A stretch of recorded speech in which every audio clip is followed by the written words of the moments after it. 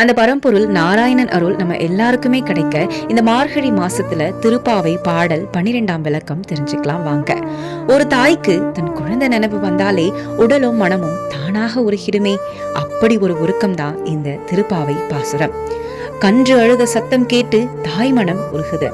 அந்த அன்பின் வெளிப்பாடுதான் பால் தானாக சோர்வதுன்னு ஆண்டாள் சொல்றாங்க. இது பால் மட்டும் இல்ல, தாய்மையின் எல்லையில்லாத அன்பு. அதே மாதிரி நம் கண்ணனை நினைச்சாலே நம்ம மனசும் உருகணும். அதுதான் உண்மையான பக்தி.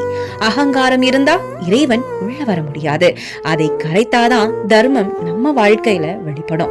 இனிமேல் தூக்கம் வேண்டாம். உடல் எழுந்தாலும் சரி, மனம் எழுந்தாதான் வாழ்க்கை மாற ஆரம்பிக்கும். இந்த பாசுரம் நமக்கு சொல்லி தரது என்னன்னா, அன்பு, பணிவு, மன விழிப்பு, இதுவே ஆன்மீகத்தோட தொடக்கம். இந்த திருப்பாவை பாடல் 12ஓட முழு விளக்கம் கந்தரிகம் சேனல்ல முழு பதிவா பதிவிட்டிருக்கோம். மறக்காம பாருங்க மக்களே. அந்த நாராயணன் அருள் உங்க எல்லாருக்குமே பரிபூரணமா கிடைக்கட்டும். நன்றி மக்களே.